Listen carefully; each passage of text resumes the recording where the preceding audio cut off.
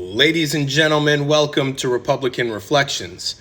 Today I'd like to share a clip of Mr. Wonderful from the show Shark Tank discussing the devastating effects that the Bud Light controversy has had on the company's image. Before we do that, let's look at this map courtesy of Beer Business Daily, showing the country is still united in this matter.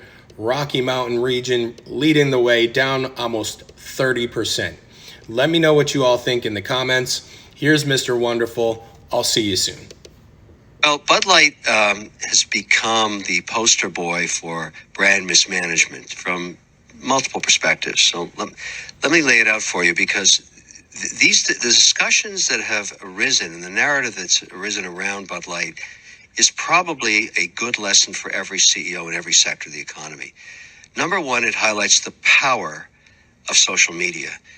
This issue went viral in 48 hours. Yeah. And most often when an issue goes viral like that, it burns out in another 48 hours.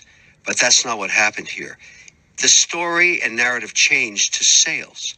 And so people that did not like the message, regardless of where you stand on these social issues or gender narrative or whatever, they took it out by basically boycotting the product immediately. Yeah. And switching preference to other brands that did not make them get involved in this issue. It's because that narrative became very powerful and people piled on. Now, if you're trying to manage that and trying to learn something from it, and I certainly talk to all my CEOs about this, because here we are talking about it in its second month. Yeah. This is a nightmare from hell for the brand. This is worse than New Coke, Old Coke, and it's becoming its own story for the ages. I'll be teaching this one at Harvard. There's no question about it. Because you have to ask yourself, in crisis management, what do you do?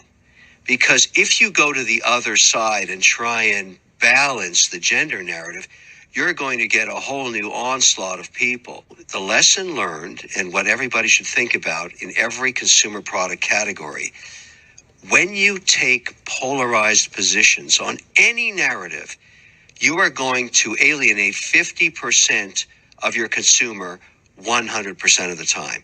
So if you're willing to do something very controversial because you think it's going to go viral in a positive way, you need to analyze the downside in a negative way as well.